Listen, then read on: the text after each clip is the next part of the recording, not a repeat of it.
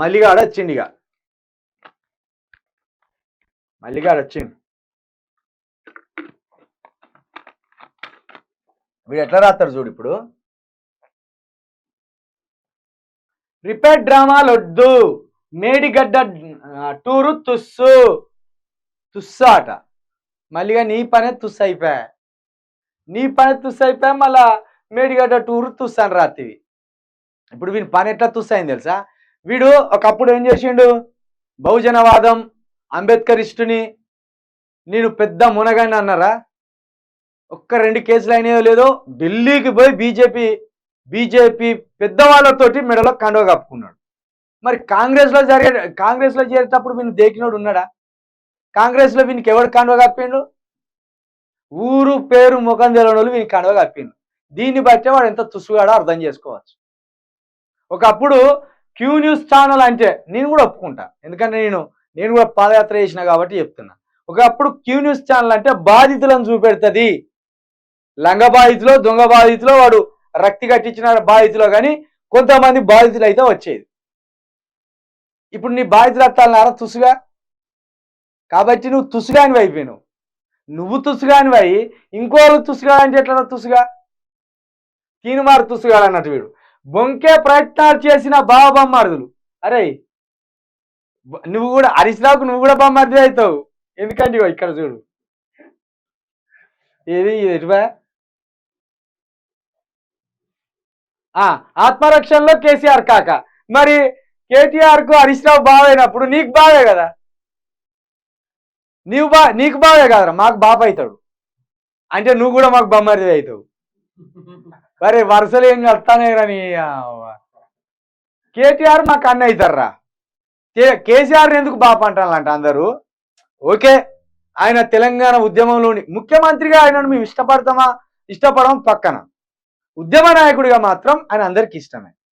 కాబట్టి ఆ రకంగా పెద్దోడు, వయసు అయిపోయింది బాగా అని మేము బాప అంటున్నాం. ఆ క్రమంలో అంటాను. ఆ క్రమంలో కేటీఆర్ వాళ్ళ నాయన కాబట్టి ఆయన బాప అంటాడు, హరీష్ రావు మేనల్లుడు కాబట్టి మావ అంటాడు. మరి నువ్వెందుకు కాకంటున్నావు అంటే హరీష్ రావు నువ్వు బావ అనాలే, కవిత భర్తను కూడా నువ్వు బావ అనాలే. రేపు కవిత భర్త గురించి రాసేటప్పుడు మా బావాన్ని రాసుకోవాలి. ఇక్కడ మళ్ళీగా వరుసలు కుదిరినాయి, బరాబరి వరుసలు కుదిరినాయిరా. మేము నిన్ను మేనబాబు అన్నాం, ఇక్కడ కలిసింది వరుస. నువ్వు కేసీఆర్ని కాక అన్నావు కాబట్టి మాకు బాబు అవుతాడు, నువ్వు కేటీఆర్ని డ్రామారావు అన్నావు కాబట్టి మీ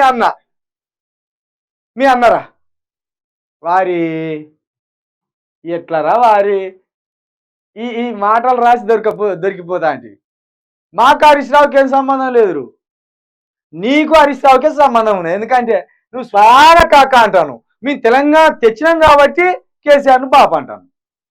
నీకేదో సత్సంబంధాలు ఉన్నాయి కాబట్టి కాక అంటాను, మాకు రక్త సంబంధాలు లేవు, నీకు రక్త సంబంధం ఉన్నది కాబట్టే కాకా కాకా కాకా. వీని దత్తత తీసుకోరా అదురా. మరి దత్తత తీసుకొని ఆ చింతపండు నవీన్ రావు అని పెట్టు. చింతపండు నవీన్ రావు, తారక రామారావు, హరీష్ రావు, కవితారావు, సంతోష్ రావు, వినోద్ కుమార్ రావు, ఇట్లా వీని పక్కన ఒక రావు పెడితే అయిపోయేది కదా. ఇక కాకా అన్నాడు, డాడీ అంటాడు.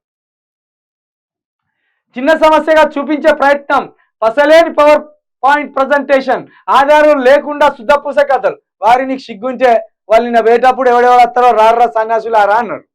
మీకు సిగ్గు లేక మీరు పోలేకపోయింది. మీరు పోతే అయిపోయేది కాదు, డ్రామాలా వచ్చియా నిజమా తెలిసేది. అటువైపు కన్నెత్తి చూడండి జనాలు. బీఆర్ఎస్ చలో మేడిగడ్డ అట్టర్ ఒక వారి నిన్న ఏ ఛానల్ చూసినా మేడిగడ్డ గురించి వేసిన వార్తలు.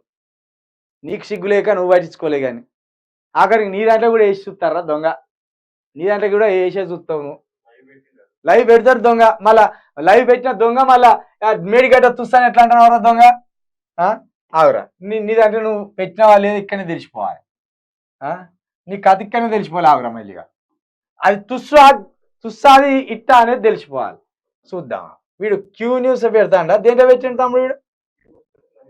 క్యూ న్యూస్లో పెట్టిండ వీడు. క్యూ న్యూస్లో పెట్టినాడు దొరుకుతాడు దొంగ. కానీ 19 కాదు పెట్టినావు కాదురా. ఇగో ఈ ప్రాజెక్ట్ కాంట్రాక్ట్లకు పండగ అంటే దీని చుట్టే తిరిగినావు నిన్న నువ్వు. ఇది సూపర్ హిట్టే. దీని చుట్టే తిరిగినావు మళ్ళీగా. పెట్టనాలు పెట్టుకున్నాడు లైవ్లు దొంగ. మళ్ళా ఇది తుస్సు, ఇది వేస్ట్ అంటాడు దొంగ. దొంగ దొంగ బట్టవాజి పనులు అన్నీ. పెట్టనాలు పెట్టుకుంటాడు, అననా అంటాడు.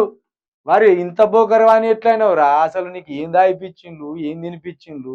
ఈ అబద్ధాలు నేర్చుకోవడానికి ప్రత్యేకమైన ఫుడ్ ఏమైనా పెట్టిందా మీ ఇంట్లో? కోర్స్ ఏమైనా చేసినా పెరిగినాక? అబద్ధాల యూనివర్సిటీ, అబద్ధాల కాలేజు, అబద్ధాల పాఠశాల, నీకు చదువు చెప్పిన సార్లు సిగ్గిపోతాందిరా బాబు. వాళ్ళు కనుక నేను చూస్తే ఇది చింతపండు నవీన్ కుమార్ గారు మా స్టూడెంట్ కాదురు అనుకుంటే వెళ్ళిపోతారు వాళ్ళు. గిన్నె అబద్ధాలారా? ఒక రాజకీయ నాయకుడికి నిబద్ధత ఉండాలిరా, నీతి ఉండాలిరా, ఒక మాట మీద ఉండాలిరా. ఇప్పటికే చిన్న వయసు 43, 42 సంవత్సరాలు, 43 సంవత్సరాలు ఉన్నాయి. ఇప్పుడు 43 సంవత్సరాలనే 10 పార్టీలు మారుతాయి నువ్వు. ఇక 60 సంవత్సరాల వరకు ఇంకా 100 పార్టీలు మారుతావు.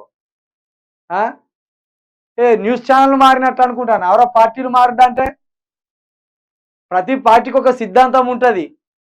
బీజేపీ అంటే ఒక హిందుత్వ సిద్ధాంతం, కాంగ్రెస్ అంటే ఒక లౌకిక సెక్యులర్ పార్టీ, టిఆర్ఎస్ అంటే ఒక తెలంగాణ సిద్ధాంతం, బీజేపీ అంటే ఒక బహుజన సిద్ధాంతం, డిఎస్పి అంటే ఒక బహుజన సిద్ధాంతం, ఒక ఎంఐఎం పార్టీ అంటే ఒక ముస్లిం సిద్ధాంతం.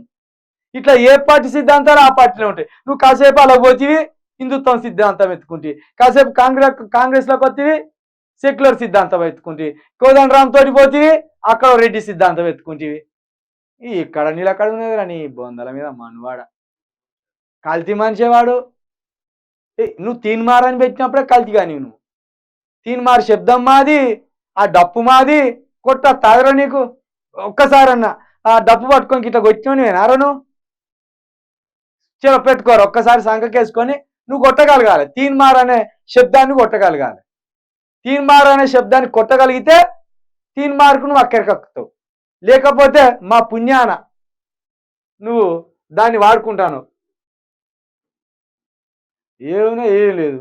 ఇక్కడ మొగాన్ని వేసుకొచ్చుకున్నాడు, ఇక్కడ ఇన్ని రోజులు తిట్టినాన్ని వేసుకొచ్చుకున్నాడు, ఇక్కడ వాళ్ళ కాక ఫోటో వేసుకున్నాడు, ఇక్కడ వాళ్ళ అన్నది వేసుకున్నాడు, వాళ్ళ బావ ఫోటో దొరకనట్టున్నది హరీష్ రావు.